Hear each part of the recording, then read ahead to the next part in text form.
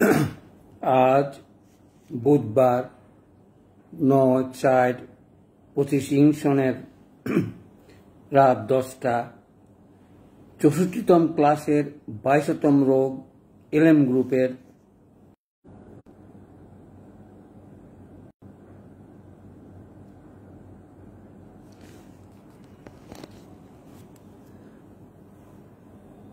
Hello. Net দুর্বল হওয়াতে travels হচ্ছে। আমি আপনারা যারা আমার সঙ্গে যোগ দিয়েছেন কথা শুনতে পাচ্ছেন কিনা জানালে খুশি হব। আমি বুঝতে পারছি না ট্রাভেলসটা কি হচ্ছে। ধন্যবাদ খন্দকার লেলি আক্তার,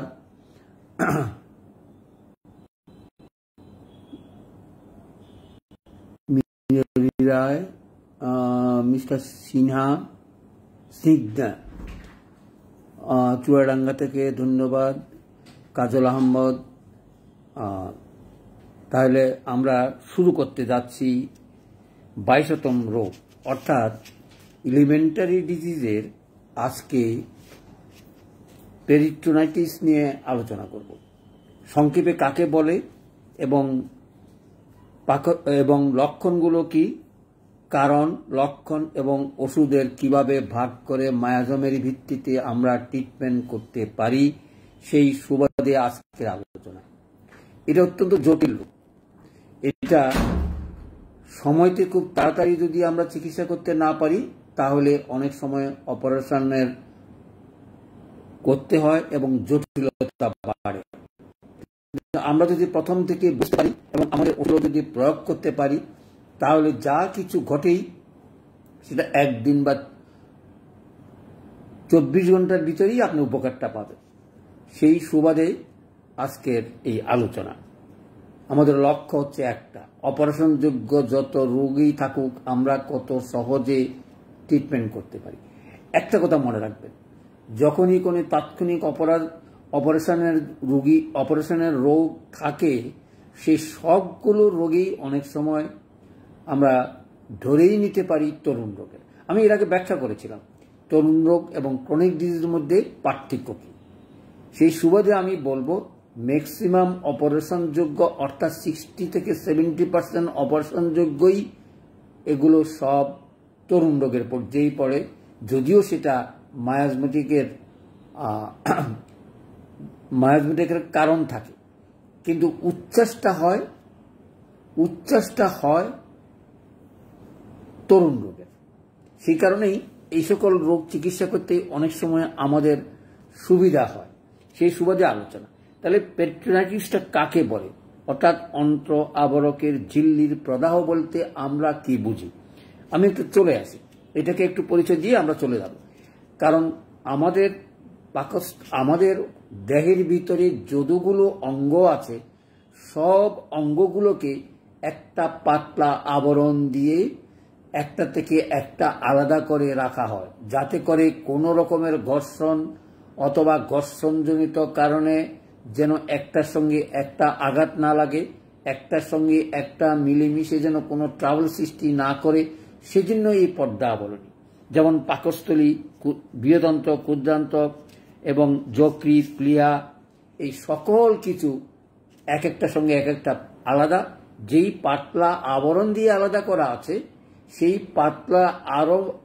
পাতলা আবরণের যদি কোনো রকমের ট্রাভেলস হয় সেই রোগটারই নাম হচ্ছে পেরিটোনাইটিস। সংক্ষেপে আমরা অনেক সময় পেরিটিয়ামের গন্ডগোল থেকে পেরিটোনাইটিস, অর্থাৎ সম্পূর্ণ আবরণগুলোকে বলা হয় পেরিটোনিয়াম। তাহলে বুঝতে পাচ্ছেন রোগটা কত জটিল। এটা হওয়ার কারণটা কি? এটা তো কোনো হওয়ার কারণ নাই, এটার সঙ্গে রক্তের সম্ভাবনা নাই। পাতলা আবরণ, অনেক সময় আপনারা গরু জবাই করার সময় দেখবেন প্রত্যেকটা অঙ্গ অথবা পেটের থেকে আলাদা একটা আবরণ থাকে, যেটাকে স্নায়ু অথবা আমরা নার্ভাস সিস্টেম বলে থাকি।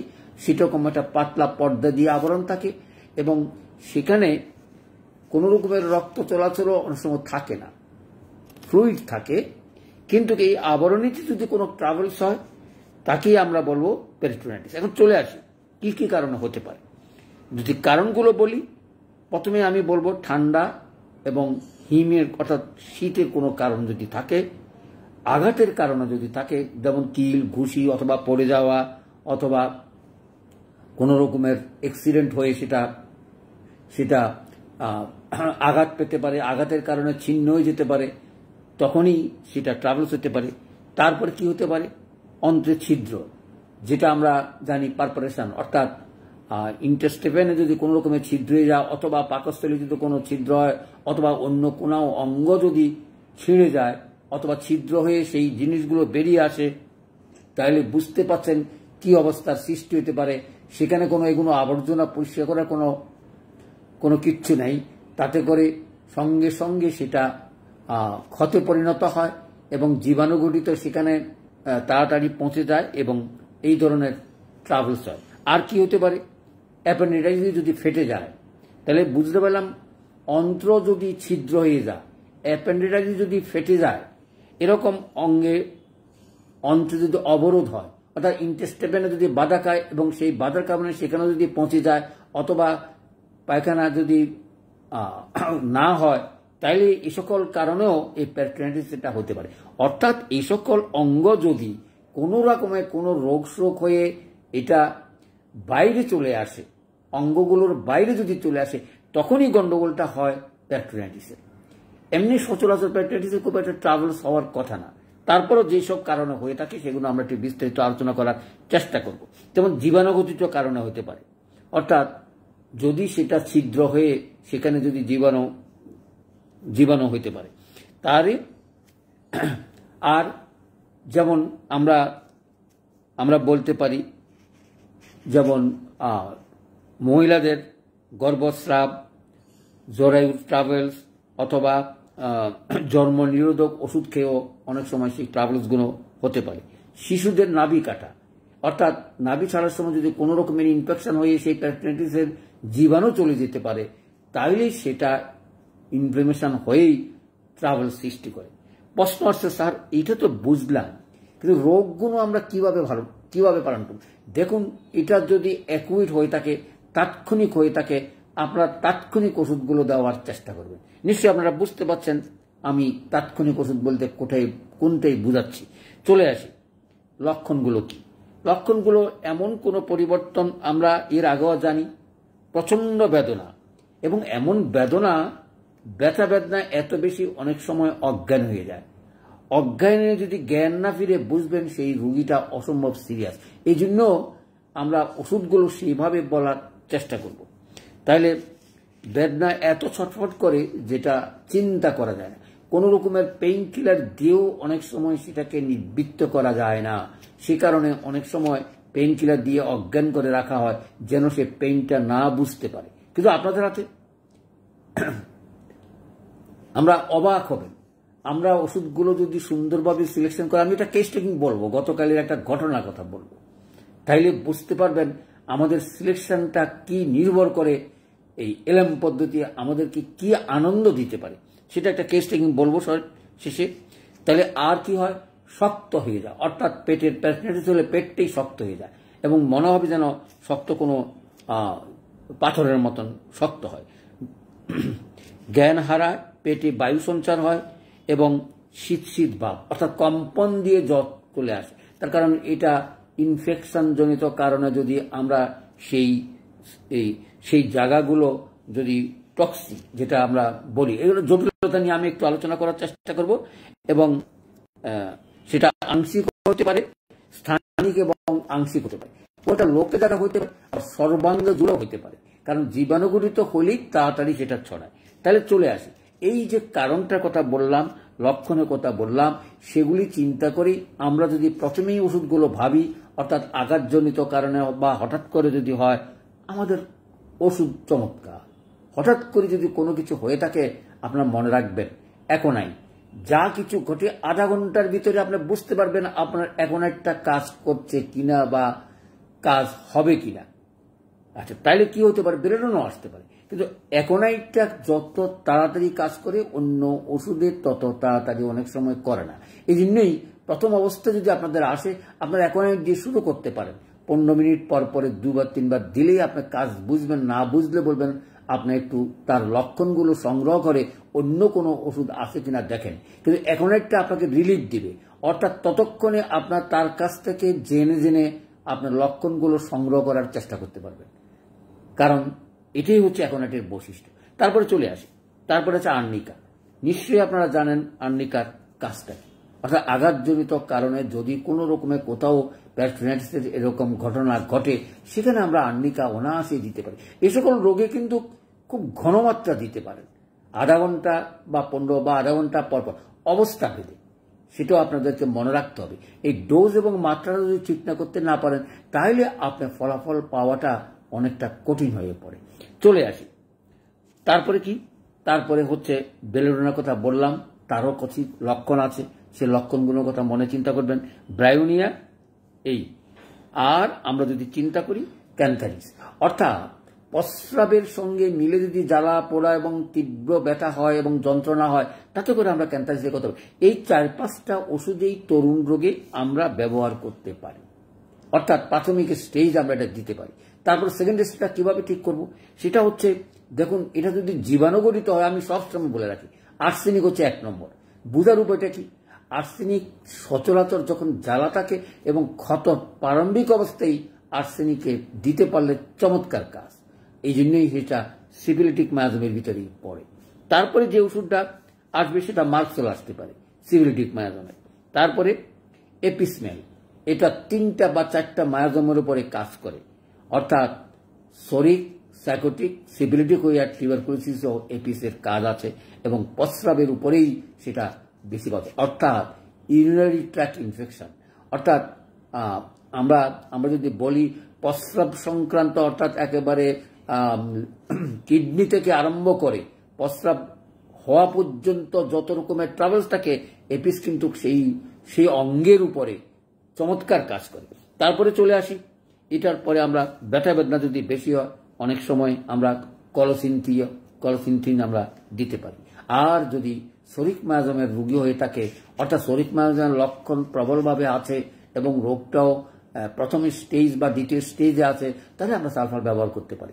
মনে রাখবেন, প্রত্যেকটা ওষুধের এক একটা আলাদা আছে। যেমন আমরা যদি বুঝি যে সেটা জীবাণুঘটিত কারণ, তাহলে আমরা সালফার না দিয়েও আমরা আর্সেনিক দিতে পারি। আর মার্কসল, সেটারও কতগুলো বৈশিষ্ট্য লক্ষণ আছে, যেটা আমরা বললাম। চলে আসি তৃতীয় স্টেজটা কোনটা হইতে পারে।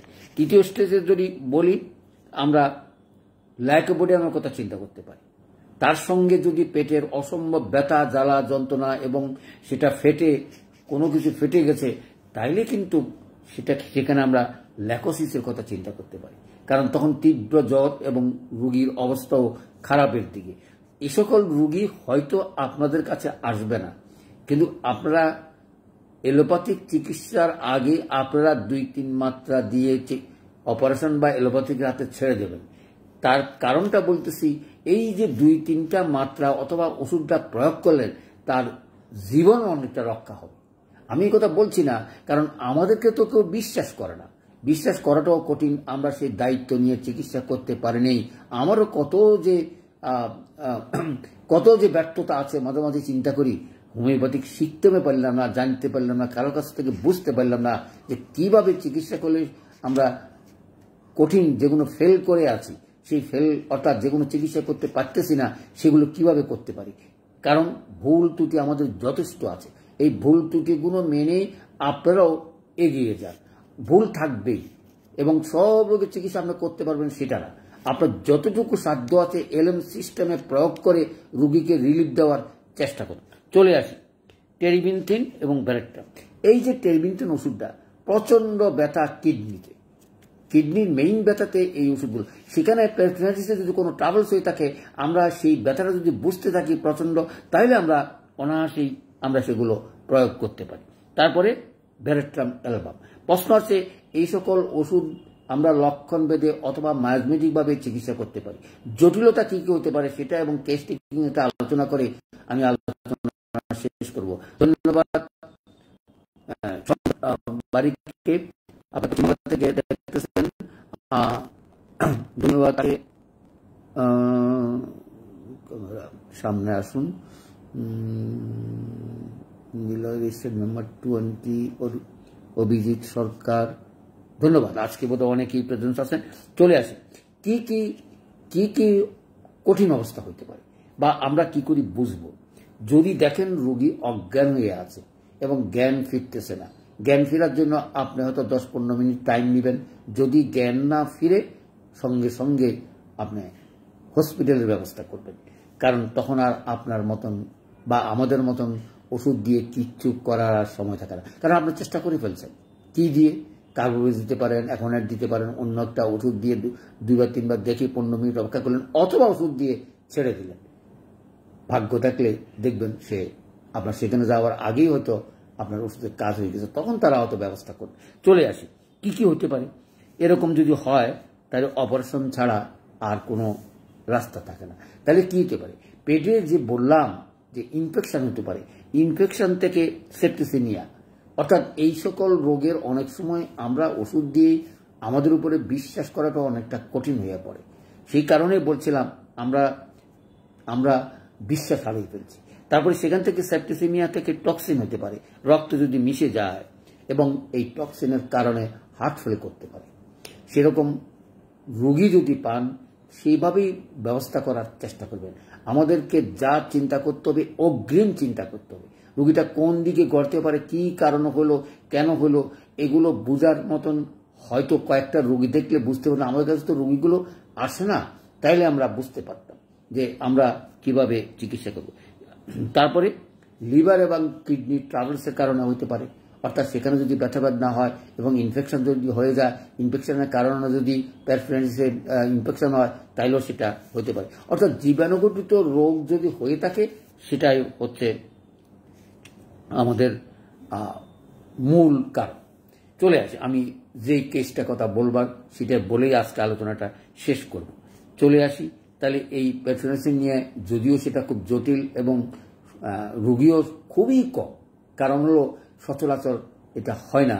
ওই যে কারণগুলো বললাম, অন্ত্রে ছিদ্র হয়ে যাওয়া, তারপরে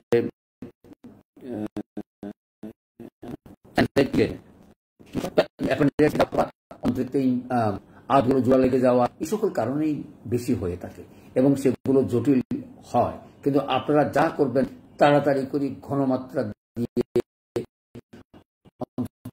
চেষ্টা করবেন যে 1 ঘন্টা না পাইলে আপনারা অপারেশন অথবা হসপিটালে পাঠিয়ে দেওয়ার ব্যবস্থা করবেন। চলে আসে আমি যে ঘটনাটা বললাম। দেখুন, রোগী ইন্ডিয়া ফেরত, কিছুতেই তার ব্যথা কমে না, ছোট্ট একটা কেস, এবং আমার কাছে আসলো প্রচন্ড ব্যথা এবং খোঁচা মারা ব্যথা, এবং তার পড়ার ইতিহাস আছে। এবং এখন প্রশ্ন হচ্ছে এই প্রচন্ড ব্যথা আমরা কিভাবে কমাবো। কিন্তু দেখুন, ওষুধ হয়তো আপনার আর্নিকা আসতে পারে, রাস্টক্স আসতে পারে, এবং যেহেতু পড়ার উপরে দীর্ঘদিন সে ভুগতেছে, সে সকল ওষুধের চিন্তা করে এই যে ব্যথা কমাবার জন্য আমরা হাইপেরিকাম ওষুধ দেওয়ার চিন্তা করতে পারি।